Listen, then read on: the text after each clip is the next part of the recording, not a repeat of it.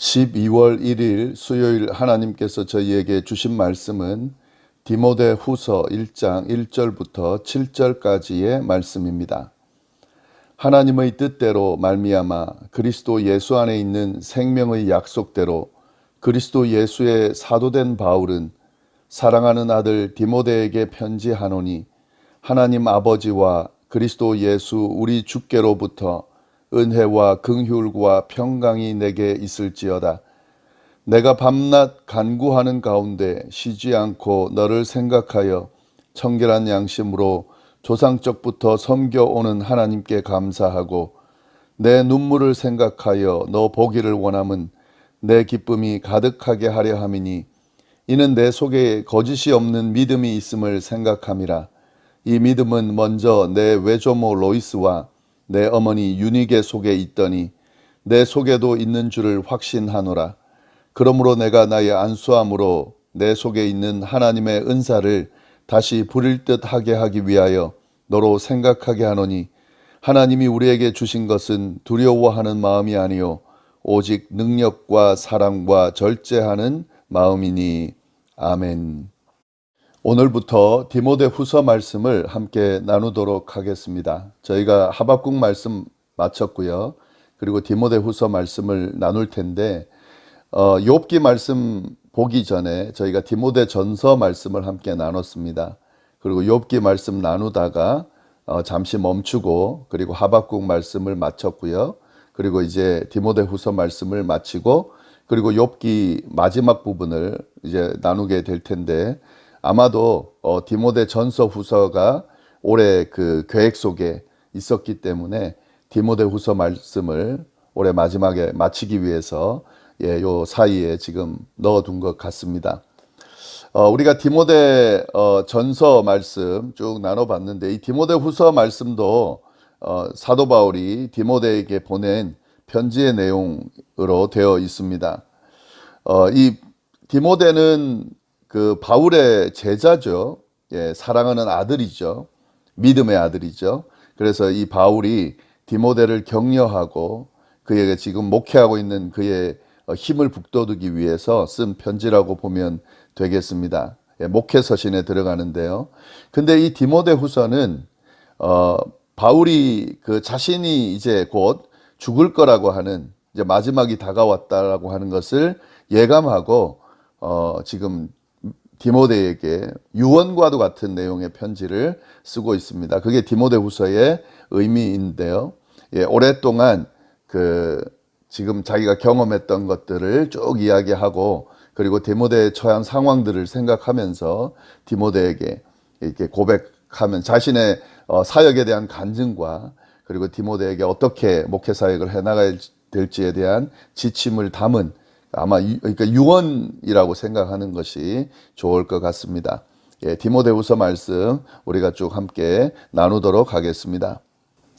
오늘 본문은 이 사도 바울이 디모데에게 보내는 두 번째 편지죠. 디모데전서가 첫 번째 편지고 두 번째 편지의 첫 부분입니다. 이 편지의 첫 부분은 항상 그 인사가 있죠.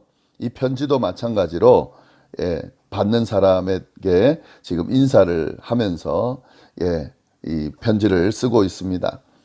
먼저 그 편지 쓰는 자신이 누구인지 지금 인사하고 그리고 편지를 받는 이에게 축복하는 그런 인사를 나누고 있습니다. 1절 보시면 하나님의 뜻으로 말미암아 그리스도 예수 안에 있는 생명의 약속대로 그리스도 예수의 사도된 바울은 이제 편지를 보내는 발신자가 누군지를 밝히고 있죠. 편지를 쓴 발신자는 바울입니다. 바울이 지금 편지를 쓴다. 근데 자신에 대해서 소개하는데 자신이 사도다, 예수 그리스도의 사도다라는 것을 명확히 지금 소개하고 있습니다. 이게 사도 바울의 편지의 특징인데요. 사도 바울은 자신이 사도라고 하는 것을 항상 먼저 밝힙니다. 그래서 지금 대부분의 바울이 쓴 편지에는 자신이 사도라는 것을, 그것도 예수 그리스도께로부터 받은 사도라는 것을 밝혀요. 예, 쭉 뭐 로마서, 고린도 전후서, 갈라디아서, 에베소서, 골로새서, 디모데 전후서, 디도서 전부 다 자기가 사도라는 것을 밝히면서 편지를 씁니다. 오늘도 마찬가지인데요. 예, 그런데 이 디모데 후서에 나오는 자기가 사도라고 했을 때 그 사도직을 놓고 두 가지를 설명하는데요. 하나는 그 사도직이 하나님의 뜻을 따라 됐다. 하나님의 뜻으로 말미암아 됐다. 예, 이렇게 지금 고백하고 있습니다. 이게 왜 중요하냐면요. 지금 사실 사도 바울은 예수님의 제자, 12제자에 포함되지는 않거든요. 보통 12제자를 사도라 그러는데, 그러니까 자꾸 사도 바울이 사도가 아니다. 그 12제자에 포함되지 않기 때문에 사도가 아니다라고 하면서 시비를 거는 사람들이 많았습니다. 그래서 지금 사도 바울이 그걸 지금 변호하면서 반박하면서 자신의 사도권을 이야기하는 거죠. 이 사도 바울 같은 경우는 예수님을 다메섹으로 내려가는 중에 직접 만나서 직접 예수님이 환상 가운데 이 사도 바울을 사도로 세웠거든요. 그걸 지금 이제 이야기하는 거죠. 그래서 하나님의 뜻으로 말미암아 내가 사도가 됐다 하는 걸 지금 강조하고 있고, 그 다음에 이 사도직을 생명의 약속과 연결시키고 있습니다. 그리스도 예수 안에 있는 생명의 약속대로 사도가 됐다. 예, 이렇게 연결하고 있는데요. 이렇게 자기의 사도직을 생명의 약속과 연결하는 편지는 이 디모데 후서가 유일합니다. 그래서 자신의 사도직이 그리스도 안에 있는 생명의 약속과 연결되어 있다라고 하는 그것과 의미를 연결하면서 결국에 이 생명의 약속이 자신의 사도직을 통해서 이제 자기가 감당하는 사도직, 복음을 전파하고 하는 그 과정을 통해서 드러날 것이다라고 하는, 그러니까 자기의 어떤 사역의 핵심이 이 주님이 주신 생명의 약속에 대한 이행이다라고 하는 것을 지금 강조하면서 이 자신의 사도직을 강조하고 또 자신이 사도라고 하는 것을 지금 이야기하면서 편지를 쓰고 있다 하는 거고요. 그 다음에 2절 보시면 이제 발신자에게 인사를 하는 거죠. 사랑하는 아들 디모데에게 편지하노니 하나님 아버지와 그리스도 예수 우리 주께로부터 은혜와 긍휼과 평강이 내게 있을지어다. 예, 수신자가 누구냐면 디모데예요. 근데 디모데에게 사랑하는 아들이다 이렇게 표현하고 있습니다. 사도 바울은 편지 안에서 사랑하는 누구 이렇게 뭐 사랑하는 이 뭐 이런 표현을 쓰긴 했지만 사랑하는 아들이라는 표현은 디모데에게만 사용을 해요. 디도에게 참 아들이라는 표현은 썼는데 사랑한다는 아들이라는 표현은 사용하지 않았습니다. 디모데에게만 사랑하는 아들이다 이렇게 표현합니다. 이것이 이제 사도 바울이 디모데를 어떻게 생각하는지가 잘 드러나는 표현이라고 생각이 드는데요. 사랑하는 아들 디모데에게 내가 편지한다. 그러면서 이제 그 편지 첫인사에 들어가는 축복을 하는 거죠. 은혜와 긍휼과 평강이 너에게 있을지어다 라고 하면서 쭉 이제 편지를 쓰고 있습니다. 이 편지의 시작 부분 좀 이렇게 좀 정리를 해 두시면 좋겠고요. 그리고 이제 3절 이어서 내가 밤낮 간구하는 가운데 쉬지 않고 너를 생각하여 청결한 양심으로 조상적부터 섬겨오는 하나님께 감사하고, 지금 사도 바울이 이렇게 인사한 후에 감사한다는 표현을 사용을 합니다. 어떤 감사를 하느냐? 내가 밤낮 간구하는 가운데 쉬지 않고 너를 생각한다. 예, 이 디모데를 생각하면서 감사를 한다 하는 거죠. 지금 바울은 디모데를 위해서 지금 바울이 로마 감옥에 갇혀 있는 상황이거든요. 예, 그 가운데서도 밤낮으로 디모데를 생각하면서 간구한다는 거죠. 디모데를 생각하고 또 디모데가 하는 사역을 생각하면서 간구를 하고 있는 거죠. 그렇게 기도하면서 디모데를 생각하니까 참 감사하다라는 생각이 들어서 이 고백을 하는 거죠. 그리고 청결한 양심으로 조상적부터 섬겨오는 하나님께 감사한다. 지금 사도 바울의 신앙 고백도 마찬가지고요. 디모데도 마찬가지입니다. 그들이 가지고 있는 그 신앙은 어떤 신앙이냐면 자기네들 때에 갑자기 알게 된 그런 신앙이 아니에요. 조상 때부터 섬겨오던 하나님. 자신이 섬기는 하나님은 조상 때부터 섬겨오던 하나님이에요. 그것도 청결한 양심으로 섬겨오던 그 하나님을 나도 믿고 너도 믿고 있다라고 하는 고백을 하는 거죠. 그 하나님 앞에 감사한다. 너를 생각하면서 감사한다. 라고 그렇게 고백을 하고 있습니다. 그러면서 4절 말씀 보시면은 내 눈물을 생각하여 너 보기를 원함은 내 기쁨이 가득하게 하려 함이니. 이 지금 바울이 디모데를 너무 보고 싶은 거죠. 그래서 지금 너무 보고 싶다. 그리고 너를 만난다고 하는 것은 내 기쁨이 가득할 거다. 라고 지금 이 고백을 하고 있는 거죠. 근데 여기서 내 눈물을 생각한다. 지금 그 이야기가 나오죠. 내 눈물이라고 하는 것은 디모데의 눈물을 이야기하는 거죠. 디모데가 눈물 흘리는 걸 이 바울이 봤던 거예요. 그리고 그때 눈물 흘리던 그 모습을 생각하면서 너를 너무 보고 싶다는 거죠. 그리고 그걸 너를 본다라고 하면 내 기쁨이 가득할 것이다 라고 지금 이야기하는데요. 이 디모데의 눈물이라고 하는 것은 사도 바울이 이제 예루살렘으로 에베소에 있다가 예루살렘으로 이제 가게 될 때에 가면 분명히 잡힐 텐데 그걸 알고도 예루살렘으로 갈 때 에베소에 있는 장로들하고 교인들하고 헤어집니다. 그때 디모데가 같이 있었어요. 그리고 디모데에게 에베소 교회를 맡기고 떠납니다. 그때 헤어질 때에 디모데가 흘렸던 그 눈물을 지금 기억한다는 거죠. 사도행전 20장 37절에 나오는 내용인데요. 그 눈물을 지금 바울이 예루살렘으로 간 이후에 이제 더 이상 못 만난 거죠. 예루살렘에서 잡히고 그리고 로마로 넘어갔잖아요. 그 로마에서 지금 이제 그때 그 눈물을 생각하면서 디모데를 생각하는 거죠.